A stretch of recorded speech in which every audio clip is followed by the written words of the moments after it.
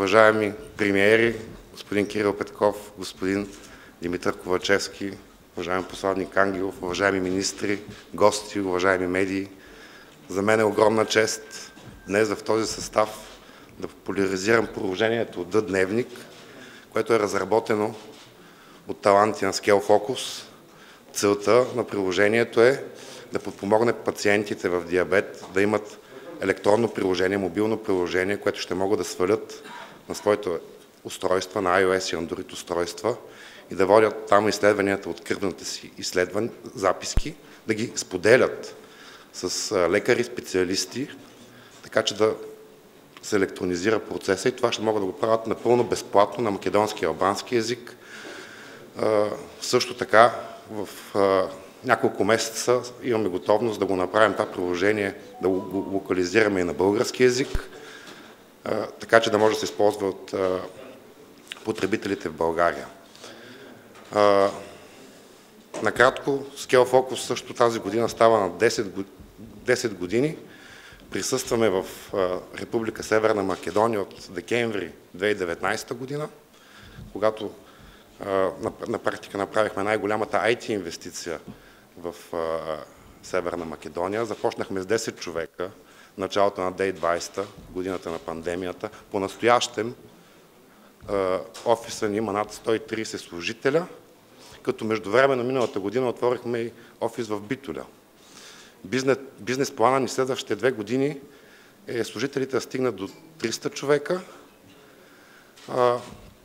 Целта ни е все повече и повече да успяваме чрез проектите, които правим, да създаваме все по-добра среда за младите таланти, да могат да се развиват тук и да остават тук и на практика да подпомагат и да бъдат активни участници в това да изграждат и да подпомагат икономическата среда, а не да бягат в чужбина, тъй като това е едно от нещата, които можем да направим като IT индустрия, наистина да докараме висококачествена и квалитетна работа и младото население на нашите страни и на България и на Северна Македония да имат добър шанс да се реализират в родината си. Също като част от члена на директорите на Асоциацията за бизнес услуги и технологии, iBest, искам да ви поздравя за отварянето на тези теми в бизнес диалога и изграждането на нови икономически мостове, така че това е важно за бизнеса. И България, и Македония, и на Западните Балкани ние сме все малки страни, с малки територии, с малко население. И начина да се позиционираме по-добре на световната сцена е наистина да изградим такива мостове, да обединим капацитета и таланта въпреки границите.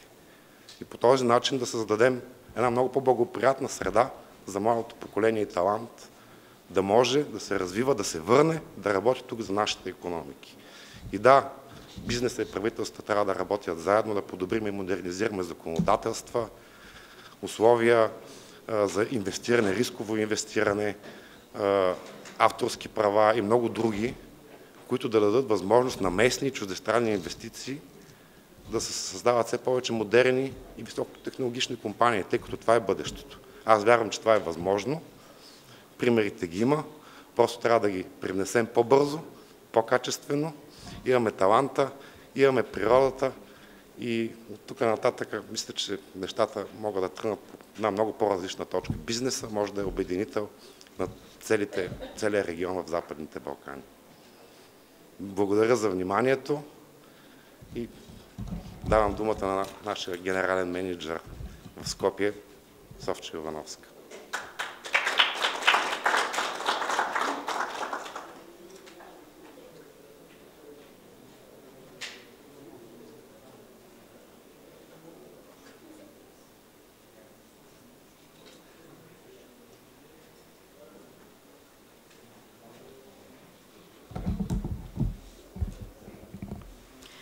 Почитувани премиери, почитувани министри, почитувани гости, почитувани медиуми, ми представува огромна чест и задоволство денеска од Скопје, од најбрзо растечката канцеларија на Scale Focus, да го означиме промовирањето и почетокот на апликацијата Д-дневник, дигитален дневник или диабетес дневник.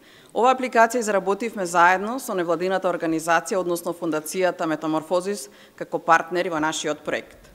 Нашиот креативен тим создаде апликација од која огромен број на граѓани во иднина ќе имаат бенефит. Голема беше професионалната сатисфакција на целиот наш тим од Scale Focus во креирањето на ваков тип на апликација која што ќе им го олесни животот на болните од диабетес, а на лекарите ќе им овозможи да имаат детален увид во анализите на измерените вредности на пациентите за здравието на пациентето кое што е во рацете на лекарите. Тимот на Scale Focus за време на реализацијата на проектот ја развиваше оваа апликација заедно консултирајќи се со лекари, субспецијалисти, но исто така и со здруженијата на болните од диабетес. Оваа апликација возможува пациентите да запишуваат измерените вредности, како што може да видите на скриновите лево и десно од мене. И овие вредности ги запишуваат на своите мобилни телефони во многу едноставна мобилна апликација, без тоа да го прават на хартија како што го правеле досега. Добиените анализи за одреден временски период, апликацијата возможува да бидат споделени со лекарите, матичните лекари, ендокринолозите, меѓутоа и со блиски членови на семејствата кои што се грижат за здравието на овие пациенти. Секако, каде и како ќе бидат споделени овие пациенти, тоа зависи и го кажува, го одредува според одредени правила самиот пациент. Апликацијата, како што може да видите на дел од скриновите, со различни бои ги означува различните вредности на измерената вредност на шеќер во крв, доколку станува за некоја ризична вредност, означена со црвено, автоматски апликацијата праќа нотификација до лекарите или пак до членовите на семејствата дека имаме некоја сериозна вредност, за што може веднаш да се реагира. Дополнително пациентот си поставува нотификации каде и кога ќе може и кога треба да го измери нивото на шеќер во крвта. Дополнителна вредност на оваа апликација што возможува споделување. Пациентот кој ќе тргне на лекар кај својот матичен лекар да дозволи матичниот лекар да ги види анализата на податоците за одреден временски период. Лекарот ги гледа овие вредности и може врз основа на направените анализи и направените мерења да може да ја консултираат, да ја предвидат или да оценат терапијата или другите услови кои што влијаат на нивото на шеќерот. Исто така, лекарите можат во два периоди во текот на денот, во 11 и во 18 часот, да добиваат нотификации за одредена група на пациенти. Доколку станува збор за некоја екстремна вредност, мимо овие временски периоди, лекарот или членот на семејството добива нотификации и може веднаш да реагира за да се спаси нечiji живот. При изработка на оваа апликација важно да нагласиме дека ги користивме сите најновни технолошки достигнувања за да запазиме сигурноста на податоците и да биде усогласена согласно уредбите од GDPR стандардите.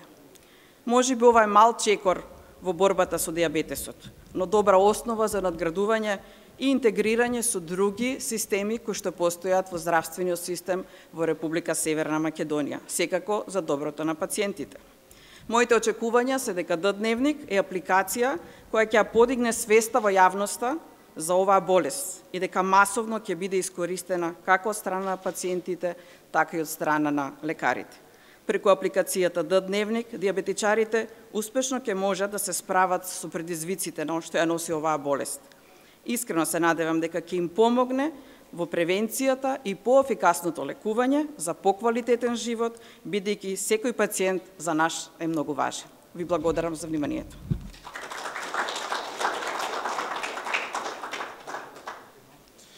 Благодарам. Почитувани, го покануваме председателот на владата на Република Бугарија, господинот Кирил Петков, да ја предаде плакетата за донација во име на Република Бугарија на Република Северна Македонија на председателот на владата на Република Северна Македонија, господинот Димитар Ковачевски. Повелете.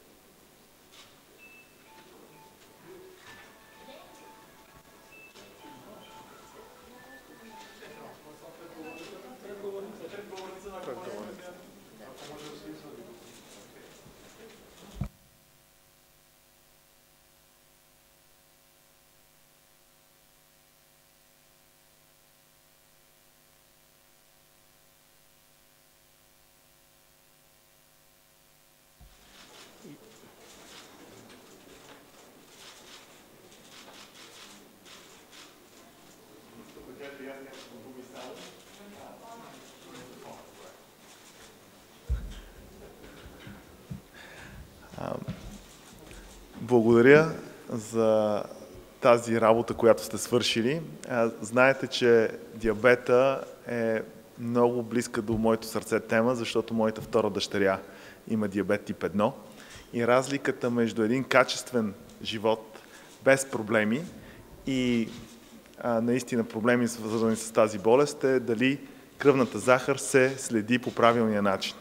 Така че с този тип иновации, като тази, хора, които имат диабет тип 2 в случая или тип 1 в нашия случай, могат да имат един съвсем нормален живот. Другото, което много се радвам, е, че този тип обща съвместна дейност в компаниите, които са иновативни, може да покажем, че сътрудничеството между Северна Македония и България може да направи конкурентни продукти, с които да завземаме световните пазари. Благодаря.